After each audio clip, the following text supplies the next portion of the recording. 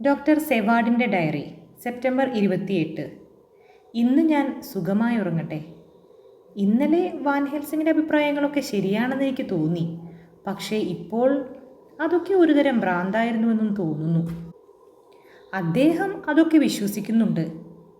അദ്ദേഹത്തിന് തലയ്ക്ക് സുഖമില്ലേ എന്ന് ഞാൻ സംശയിക്കുകയാണ്. ഒരുപക്ഷേ ഈ അതിവിചിത്രമായ കാര്യങ്ങളിലൊക്കെ ഒരറ്റത്തോളം യാഥാർത്ഥ്യമുണ്ടായെന്നു വരാം.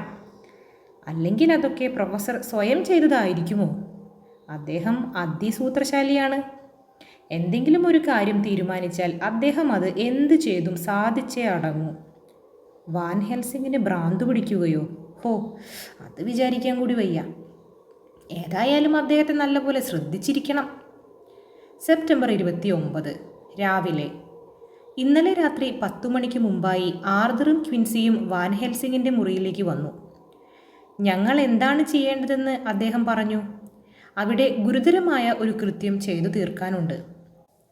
എൻ്റെ കത്ത് കിട്ടിയപ്പോൾ അത്ഭുതപ്പെട്ടു ഇല്ലേ? അദ്ദേഹം ആർതറോടാണ് ചോദിച്ചത്. തീർച്ചയായും, ഒരു കണക്കിന് അതെന്നെ നിരുത്സാഹപ്പെടുത്തി എന്ന് തന്നെ പറയാം.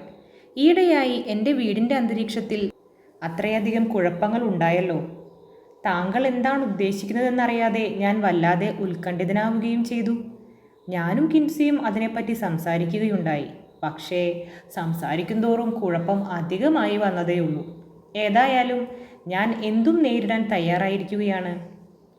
ഞാനും, ക്വിൻസി പറഞ്ഞു. ഓ, പ്രൊഫസർ തുടർന്നു. അപ്പോൾ നിങ്ങൾ പ്രാരംഭത്തിൻ്റെ അരികെ വരെ എത്തിയിരിക്കുകയാണ്. തെല്ല് നേരത്തെ മൗനത്തിന് ശേഷം അദ്ദേഹം തുടർന്നു. ഇന്ന് രാത്രി ഞാൻ ഉത്തമമെന്ന് കരുതുന്ന ഒരു കാര്യം ചെയ്യാൻ നിങ്ങളുടെ സമ്മതം വേണ്ടിയിരിക്കുന്നു. അതൊരു ചില്ലറ പണിയല്ല എന്നെനിക്കറിയാം. ഞാൻ വിവരിക്കുമ്പോഴേ അതിൻ്റെ ഗൗരവം നിങ്ങൾക്ക് മനസ്സിലാവുകയുള്ളൂ. അതുകൊണ്ട് ഒന്നും അറിയാതിരിക്കെ തന്നെ നിങ്ങൾ എനിക്ക് വാക്ക് തരണമെന്നാണ് ഞാൻ ആവശ്യപ്പെടുന്നത്. ഒരുപക്ഷെ ആദ്യം നിങ്ങൾക്ക് എന്നോട് ദേഷ്യം തോന്നാം. എന്നാലും നിങ്ങൾക്ക് പശ്ചാത്തപിക്കേണ്ടി വരില്ല. അതിൽ നിഗൂഢ താല്പര്യങ്ങളൊന്നുമില്ല. ക്വിൻസി പെട്ടെന്ന് പറഞ്ഞു. ഞാൻ പ്രൊഫസർക്ക് വേണ്ടി മറുപടി പറയാൻ തയ്യാറാണ്. അദ്ദേഹം ഉദ്ദേശിക്കുന്നത് എന്താണെന്ന് എനിക്ക് അറിഞ്ഞുകൂടാ. എന്നാലും അദ്ദേഹത്തിൻ്റെ ആത്മാർത്ഥതയിൽ എനിക്ക് വിശ്വാസമുണ്ട്. എന്നെ സംബന്ധിച്ചിടത്തോളം അത് ധാരാളം മതി. സർ, ഞാൻ കൃതജ്ഞനാണ്, പ്രൊഫസർ അന്തസ്സോടെ തുടർന്നു. ഞാൻ എൻ്റെ കഴിവനുസരിച്ച് പ്രവർത്തിച്ചിട്ടുണ്ട്. ഒരു സുഹൃത്തെന്ന നിലയ്ക്ക് നിങ്ങൾ എന്നെ വിശ്വസിക്കുകയും ചെയ്യുന്നു. ഞാൻ അത്രയും സന്തുഷ്ടനാണ്. അദ്ദേഹം ക്വിൻസിയുടെ നേരെ കൈനീട്ടി. ഡോക്ടർ വാൻ ഹെൽസിംഗ്, ആർതർ തുടർന്നു. കയറ് കണ്ട് കാളയ്ക്ക് വില പറയാൻ ഞാൻ തയ്യാറല്ല. എൻ്റെ വിശ്വാസങ്ങളെയും ഒരു മാന്യൻ എന്ന നിലയ്ക്ക് എൻ്റെ അന്തസ്സിനെയും എനിക്ക് പരിപാലിക്കേണ്ടതുണ്ട്. ഇവ രണ്ടിനും കോട്ടം തട്ടാത്ത വിധത്തിൽ വേറെ എന്തു തന്നെയായാലും എൻ്റെ ജീവൻ തരണമെന്നായാൽ പോലും ഞാൻ സമ്മതിക്കാൻ തയ്യാറാണ്. താങ്കൾ എന്താണ് ഉദ്ദേശിക്കുന്നതെന്ന് എനിക്ക് മനസ്സിലാക്കാൻ കഴിയുന്നില്ല. താങ്കൾ പറഞ്ഞത് ഞാൻ സ്വീകരിക്കുന്നു, ഹെൽസിംഗ് തുടർന്നു. ഒന്നു മാത്രമേ എനിക്ക് ആവശ്യപ്പെടാനുള്ളൂ. എപ്പോഴെങ്കിലും എൻ്റെ പ്രവൃത്തി തെറ്റാണെന്ന് തോന്നി ആക്ഷേപിക്കാൻ പുറപ്പെടുകയാണെങ്കിൽ അതിനു മുമ്പായി നിങ്ങൾ നല്ല പോലെ ചിന്തിക്കുക. മാത്രമല്ല അത് ആത്മാവിന് നിരക്കുന്നത് തന്നെയെന്ന് തീരുമാനം വരുത്തുകയും വേണം. സമ്മതിച്ചു, ആർതർ പറഞ്ഞു. അത് എത്രയും ന്യായമാണ്. ഏതായാലും ഞാൻ ചോദിച്ചു കൊള്ളട്ടെ, എന്താണ് ഞങ്ങൾ ചെയ്യേണ്ടത്? നിങ്ങൾ ആരും അറിയാതെ പള്ളിവളപ്പിലേക്ക് വരണം. ആർതറുടെ മുഖം മങ്ങി. തെല്ലമ്പരന്ന സ്വരത്തിലാണ് അയാൾ ചോദിച്ചത്. ലൂസിയെ സംസ്കരിച്ച സ്ഥലത്തേക്കോ? പ്രൊഫസർ തലയാട്ടി. ആർതർ തുടർന്നു. എന്നിട്ട് കുഴിമാടത്തിലേക്ക് പ്രവേശിക്കണം. ആർതർ പെട്ടെന്ന് എഴുന്നേറ്റു. പ്രൊഫസർ, അങ്ങ് കാര്യമായി പറയുകയാണോ? അതോ ബീഭത്സമായ ഒരു തമാശ പറയുകയോ? എന്നോട് ക്ഷമിക്കൂ, അങ്ങ് കാര്യമായി പറയുകയാണെന്ന് തോന്നുന്നു. അദ്ദേഹം വീണ്ടും ഇരുന്നു. പക്ഷേ വളരെ ഗൗരവത്തോടും അന്തസ്സോടും കൂടി ഉറപ്പിച്ചാണ് അദ്ദേഹം ഇരുന്നത്. കുറച്ചു നേരത്തേക്ക് അവിടെ നിശബ്ദത കളിയാടി. ഒടുവിൽ അദ്ദേഹം ചോദിച്ചു. കുഴിമാടത്തിൽ പ്രവേശിച്ചിട്ട്? ശവപ്പെട്ടി തുറക്കണം. ഇത് അതിരുകടന്നുപോയി. കോപത്തോടെ വീണ്ടും എഴുന്നേറ്റുകൊണ്ട് അദ്ദേഹം തുടർന്നു. ന്യായമായ ഏത് കാര്യവും ക്ഷമയോടെ കേൾക്കാൻ ഞാൻ തയ്യാറാണ്. പക്ഷേ ഈ കുഴിമാടം തൊട്ടുള്ള കളി അതും അദ്ദേഹത്തിൻ്റെ തൊണ്ടയടഞ്ഞു. പ്രൊഫസർ അദ്ദേഹത്തിൻ്റെ നേരെ അനുകമ്പയോടെ നോക്കി. എനിക്ക് കഴിവുണ്ടായിരുന്നെങ്കിൽ, പ്രൊഫസർ തുടർന്നു, ഈശ്വരനറിയാം, ഞാൻ നിങ്ങളെ തരിമ്പും നോവിക്കുകയില്ലായിരുന്നു. പക്ഷേ ഇന്നത്തെ രാത്രി നാം മുള്ളുവിരിച്ച പാതയിലൂടെ നടക്കേണ്ടിയിരിക്കുന്നു. അല്ലെങ്കിൽ നിങ്ങൾ സ്നേഹിക്കുന്ന കാലടികൾ എന്നും തീജ്വാലകളിലൂടെയായിരിക്കും നടക്കുക. ആർതർ വളരെ ഗൗരവത്തിൽ പറഞ്ഞു. സർ, കുറച്ച് കരുതി സംസാരിക്കൂ. എനിക്ക് പറയാനുള്ളത് മുഴുവൻ കേൾക്കാൻ ക്ഷമയുണ്ടാവുമോ? എന്നാൽ നിങ്ങൾക്കെൻ്റെ ഉദ്ദേശത്തിൻ്റെ വ്യാപ്തിയെങ്കിലും മനസ്സിലാക്കാമല്ലോ. ഞാൻ പറയട്ടെ? ശരിയാണ്, പറയൂ, ക്വിൻസി പറഞ്ഞു. തെല്ല് നേരത്തെ നിശബ്ദതയ്ക്ക് ശേഷം വാൻ ഹെൽസിംഗ് തുടർന്നു. മിസ് ലൂസി മരിച്ചിരിക്കുന്നു, അല്ലേ? അതെ. അവൾക്ക് യാതൊരു കുഴപ്പവും സംഭവിക്കുകയില്ല. പക്ഷേ അവൾ മരിച്ചിട്ടില്ലെങ്കിൽ... ആർതർ ചാടി എണീറ്റു. ഈശ്വര, എന്താണ് ഈ കേൾക്കുന്നത്? എന്തെങ്കിലും തെറ്റുപറ്റിയോ? അവളെ ജീവനോട് സംസ്കരിച്ചോ? അദ്ദേഹം ദീനനായി ഞരങ്ങി. കുഞ്ഞേ, ഞാൻ അങ്ങനെ പറഞ്ഞില്ല, ചിന്തിക്കുക പോലും ചെയ്തില്ല.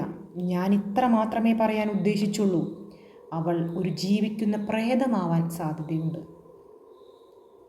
പ്രേതം? ജീവിക്കുന്ന പ്രേതമോ?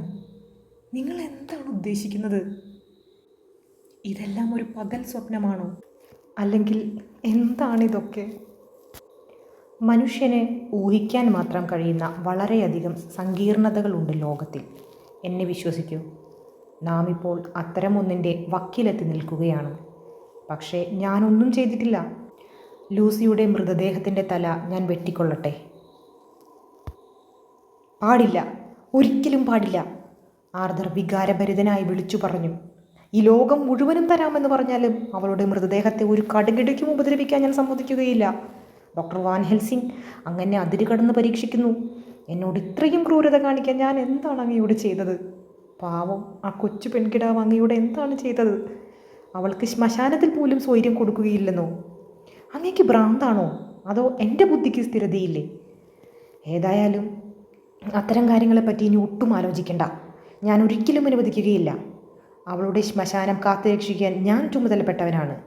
ഈശ്വരനാണ്, ഞാനത് നിർവഹിക്കുകയും ചെയ്യും. ഇത്രയും നേരം വാൻ ഹെൽസിംഗ് ഇളകാതിരുന്നു കേൾക്കുകയായിരുന്നു. അദ്ദേഹം എഴുന്നേറ്റ് നിന്ന് ഗൗരവത്തിൽ ഉറച്ച സ്വരത്തിൽ പറഞ്ഞു. ആർതർ, എനിക്കുമുണ്ട് ചില കടമകൾ. മറ്റുള്ളവരോട്, നിങ്ങളോട്, മരിച്ചുപോയവരോട് ഞാനും കടപ്പെട്ടിരിക്കുന്നു. ഞാനത് നിറവേറ്റിയേ തീരൂ. താങ്കൾ എൻ്റെ കൂടെ വന്ന് എല്ലാം ക്ഷമാപൂർവം കാണുകയും കേൾക്കുകയും വേണമെന്നേ ഞാൻ ആവശ്യപ്പെടുന്നുള്ളൂ. പിന്നെ ഞാൻ ഇതേ ആവശ്യം ഉന്നയിച്ചാൽ അത് ചെയ്തു തീർക്കാൻ ഒരുപക്ഷെ എന്നേക്കാൾ ഔത്സുക്യം നിങ്ങൾക്കായിരിക്കും. പിന്നെ നിങ്ങളുടെ ആഗ്രഹങ്ങൾ നിറവേറ്റാൻ ഞാനെല്ലായ്പ്പോഴും തയ്യാറാണ് താനും. അദ്ദേഹം ഇടയ്ക്ക് നിർത്തി തെല്ലു നേരത്തെ നിശബ്ദതയ്ക്കു ശേഷം കരുണാർദ്രമായ സ്വരത്തിൽ വീണ്ടും തുടർന്നു. ഞാൻ അപേക്ഷിക്കുന്നു, താങ്കൾ എന്നോട് ദേഷ്യപ്പെടരുത്. എൻ്റെ ദീർഘകാല ജീവിതത്തിൽ ഒരിക്കലും തന്നെ ഇത്രയും കഠിനമായൊരു കൃത്യം എനിക്ക് ചെയ്യേണ്ടി വന്നിട്ടില്ല. ഒന്നോർത്തു നോക്കൂ, ഞാൻ എന്തിനാണ് ഇത്രയധികം ക്ലേശിക്കുകയും വേദനപ്പെടുകയും ചെയ്യുന്നത്?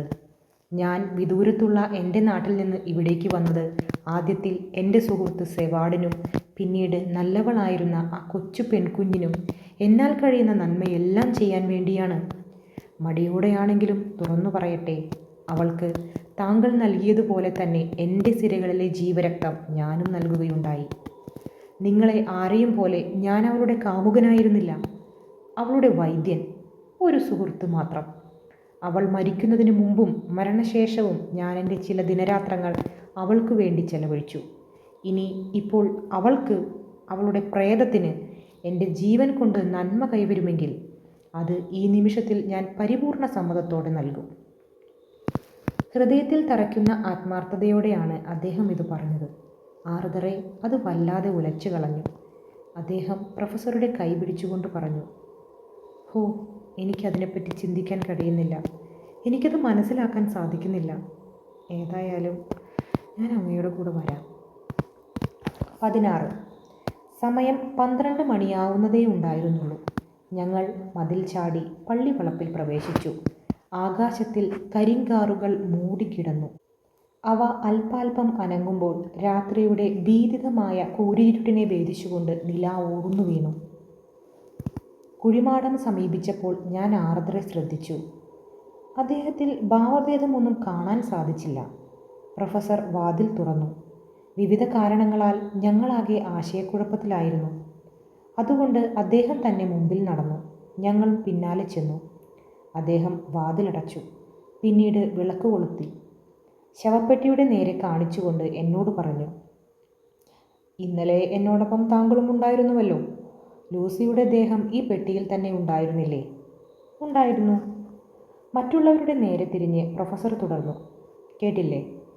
അത് നിങ്ങൾക്കെല്ലാവർക്കും വിശ്വാസവുമാണല്ലോ."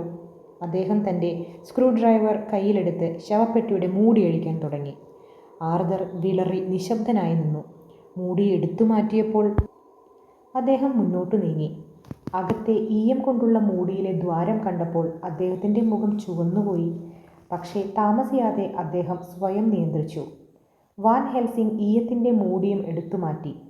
ഞങ്ങളെല്ലാവരും ഒപ്പം അതിനകത്തേക്ക് എത്തി നോക്കി. ശവപ്പെട്ടി ഒഴിഞ്ഞിരിക്കുന്നു.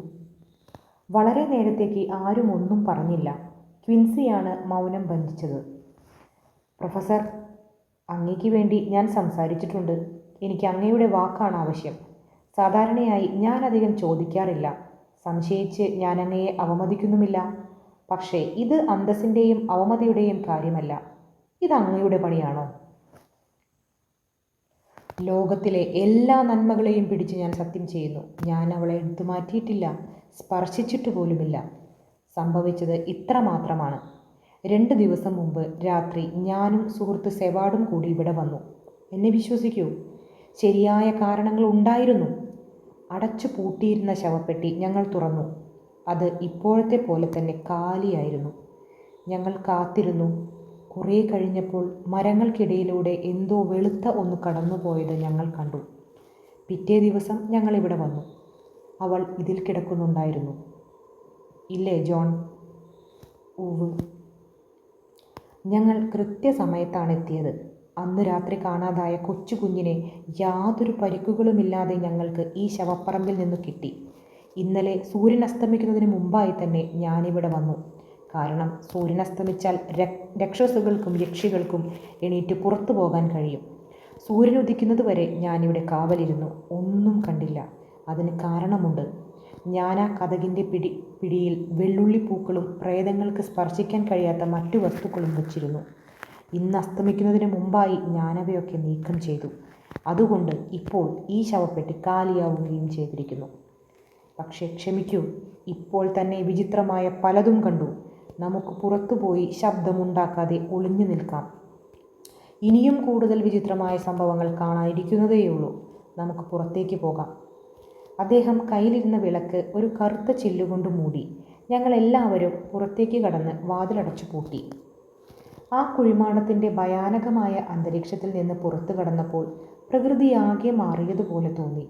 മേഘമാലകൾ ആകാശത്ത് ഓടിക്കളിക്കുകയാണ്. മനുഷ്യൻ്റെ സുഖദുഃഖങ്ങൾ പോലെ താഴെ ഇരുളും നിലാവും ഒളിച്ചു കളിക്കുന്നു. ഈ വിശുദ്ധമായ വായു ശ്വസിക്കുമ്പോൾ ആശ്വാസം തോന്നുന്നു. ഇതിൽ മരണത്തിൻ്റെ മരവിപ്പും വീർപ്പുമുട്ടലുമില്ല. കുന്നിനുമപ്പുറത്തെ ചക്രവാളത്തിലെ പ്രകാശധാര കാണുമ്പോൾ ആഹ്ലാദം തോന്നുകയാണ്. അങ്ങകലെ പട്ടണത്തിൽ നിന്നുള്ള ഇരമ്പം കേൾക്കാം. ആർതർ നിശബ്ദനായിരുന്നെങ്കിലും കാര്യങ്ങളുടെ യഥാർത്ഥ വശമറിയാൻ വിഷമിക്കുകയാണെന്ന് തോന്നി. ഞാനും പരിപൂർണ നിശബ്ദത പാലിച്ചു.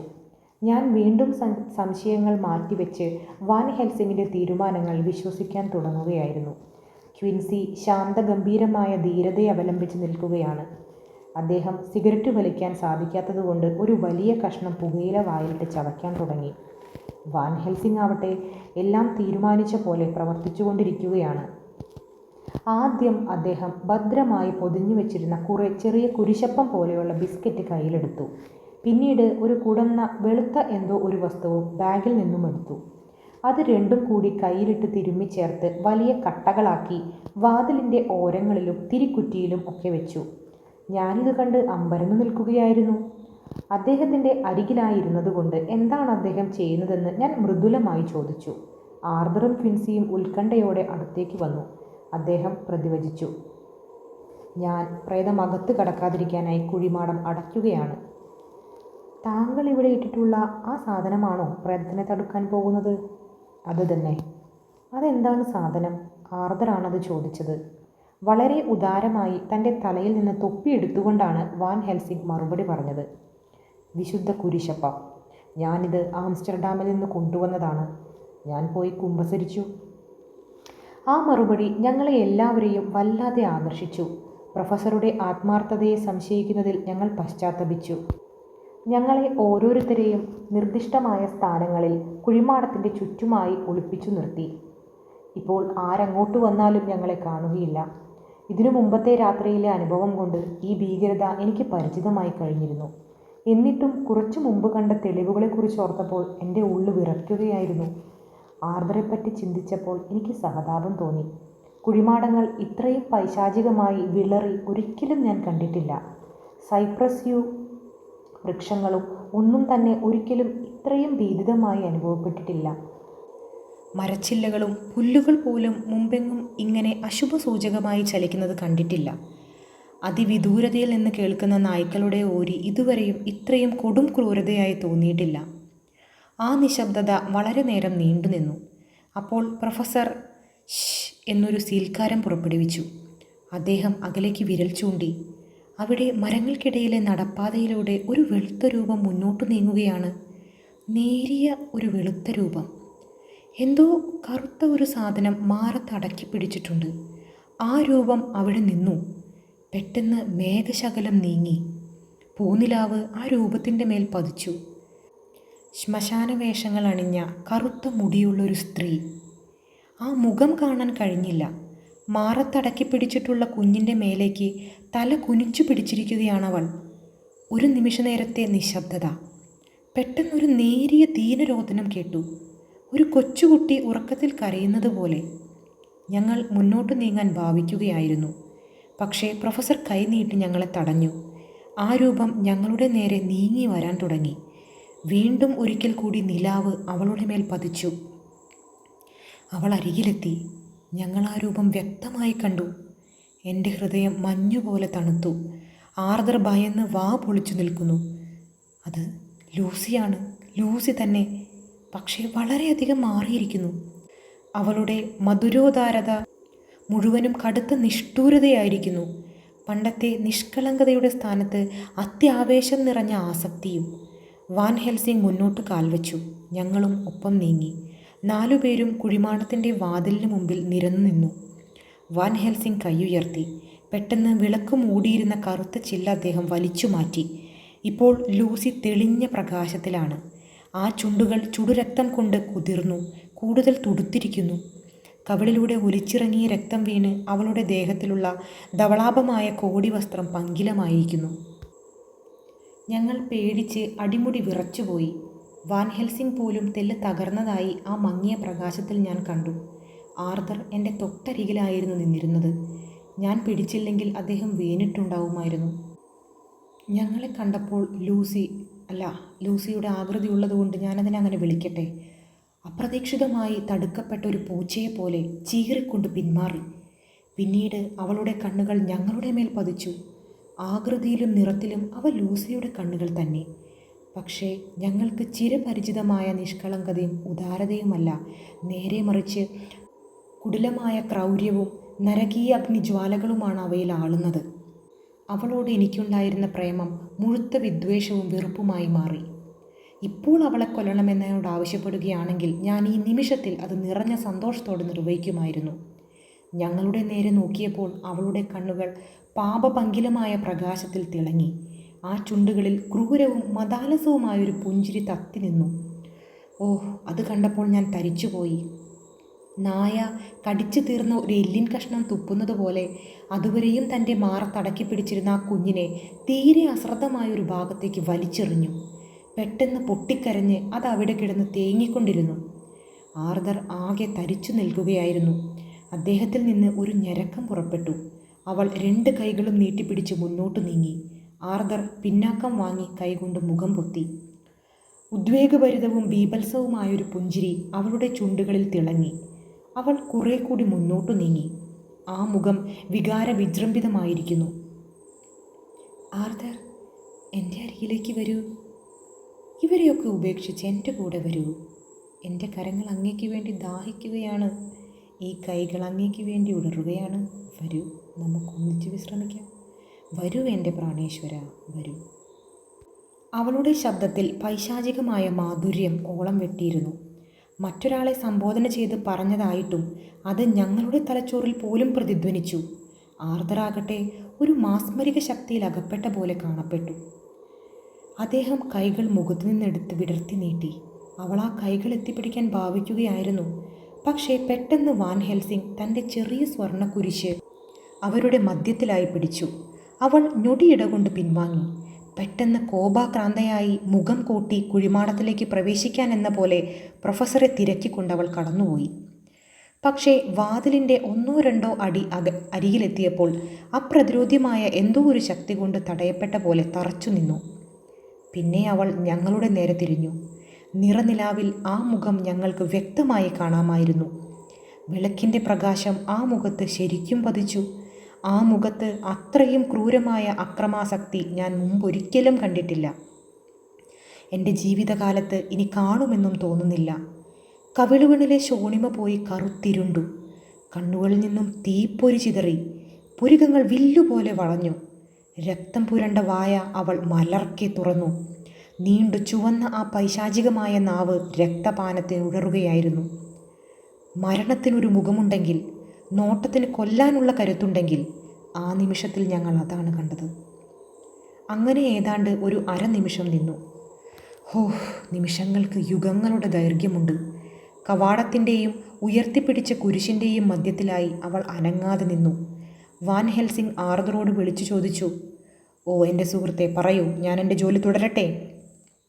ആർതർ മുട്ടുകുത്തി നിന്ന് കൈകൾ കൊണ്ട് തൻ്റെ മുഖം പൊത്തി ഇപ്രകാരം മറുപടി പറഞ്ഞു, "താങ്കളുടെ ഇഷ്ടം പോലെ ചെയ്തോളൂ സുഹൃത്തെ, ഇഷ്ടം പോലെ ചെയ്തോളൂ. ഈ ബീഭത്സത എനിക്കിനിയും കണ്ട് സഹിക്കാൻ വയ്യ." അദ്ദേഹം ശരിക്കും തേങ്ങുകയായിരുന്നു. ക്വിൻസിയും ഞാനും ഒപ്പം മുന്നോട്ടു നീങ്ങി. അദ്ദേഹത്തിൻ്റെ കൈ പിടിച്ചു. പ്രൊഫസർ കൈ താഴ്ത്തി. വിളക്കടച്ചതിൻ്റെ ക്ലിക്ക് സ്വരം ഞങ്ങൾ വ്യക്തമായി കേട്ടു. കുഴിമാടത്തിൻ്റെ കതകിനരികിലേക്ക് നീങ്ങിച്ചെന്ന് അവിടെ മുമ്പേ വെച്ചിട്ടുള്ള ആ അപ്പം തിരികുറ്റിയിൽ നിന്നും എടുത്തുമാറ്റി. അദ്ദേഹം പിന്നാക്കം മാറി നിന്നു. ഞങ്ങൾ അത്ഭുത സ്തബ്ധരായി നോക്കി നിൽക്കെ തന്നെ ഒരു കത്തിയുടെ വായ്ത്തല പോലും കടക്കാൻ വിഷമമായ വാതിലിൻ്റെ വിടവിലൂടെ ഞങ്ങളുടേതുപോലെ തന്നെ സമൂർത്തമായ ഒരു ദേഹമുള്ള ആ സ്ത്രീ അകത്തേക്ക് കടന്നു. ഞങ്ങൾക്ക് തെല്ലൊരാശ്വാസം അനുഭവപ്പെട്ടു. പ്രൊഫസർ മുന്നോട്ട് വന്ന് ആ കുഞ്ഞിനെ എടുത്തുകൊണ്ട് പറഞ്ഞു, "എൻ്റെ സുഹൃത്തുക്കളെ, വരുവിൻ. നമുക്കിനി നാളെ വരെ യാതൊന്നും ചെയ്യാൻ നിവൃത്തിയില്ല. നാളെ ഉച്ചയ്ക്ക് ഒരു ശവസംസ്കാരമുണ്ട്. അതിനാൽ നമുക്കത് കഴിഞ്ഞ് അധികം താമസിക്കുന്നതിന് മുമ്പായി ഇങ്ങോട്ട് വരാം. ഏതാണ്ട് 2 മണിയാവുമ്പോഴേക്കും ഇവിടെ നിന്ന് ആൾക്കാരൊക്കെ പോകും. പക്ഷേ കാവൽക്കാരൻ വാതിലടച്ചു പൂട്ടുമ്പോൾ നമുക്ക് പുറത്ത് കടക്കാതെ നിൽക്കാം. പിന്നെ കുറേ കൂടി കാര്യങ്ങൾ ചെയ്തു തീർക്കാനുണ്ട്. ഇന്നു രാത്രി കണ്ടതുപോലെയുള്ള കാര്യങ്ങളല്ല. ഈ കുഞ്ഞിന് അധികം പരിക്കു പറ്റിയിട്ടില്ല. നാളെ വൈകുന്നേരമാകുമ്പോഴേക്കും എല്ലാം ശരിപ്പെടും. നമുക്കിവനെ പോലീസുകാരൻ കാണാവുന്ന ഒരിടത്ത് കിടത്താം. ഇപ്പോൾ നമുക്ക് തിരിച്ചു പോവുക." ആർതറുടെ അരികിലേക്ക് വന്ന് അദ്ദേഹം തുടർന്നു, "ആർതർ, എൻ്റെ സുഹൃത്തെ, വളരെ കൈപ്പുറ്റ വിധത്തിലാണ് താങ്കളെ പരീക്ഷിച്ചത്. പക്ഷേ ഒന്ന് തിരിഞ്ഞു നോക്കൂ. അതാവശ്യമായിരുന്നു. എൻ്റെ കുഞ്ഞെ, ഇപ്പോൾ നിങ്ങൾക്ക് നല്ല കാലമാണ്. നാളെ ഇന്നേരമാവുമ്പോഴേക്ക് ഈശ്വര കൃപയുണ്ടെങ്കിൽ എല്ലാം കഴിഞ്ഞിട്ടുണ്ടാകും. അധികം കരയാതിരിക്കൂ. ഇതുവരെ എനിക്ക് മാപ്പ് തരണമെന്ന് ഞാൻ ആവശ്യപ്പെടുന്നില്ല." ആർതറും ക്വിൻസിയും എൻ്റെ കൂടെ വീട്ടിലേക്ക് വന്നു. ഞങ്ങൾ പരസ്പരം സമാധാനിപ്പിക്കാൻ ശ്രമിച്ചുകൊണ്ടിരുന്നു. ആ കുഞ്ഞിനെ വളരെ സുരക്ഷിതമായ ഒരിടത്ത് കിടത്തിയാണ് ഞങ്ങൾ പോന്നത്. തളർന്നു കഴിഞ്ഞിരുന്നതുകൊണ്ട് ഞങ്ങൾ ഏവരും ബോധമറ്റ പോലെ കിടന്നുറങ്ങി.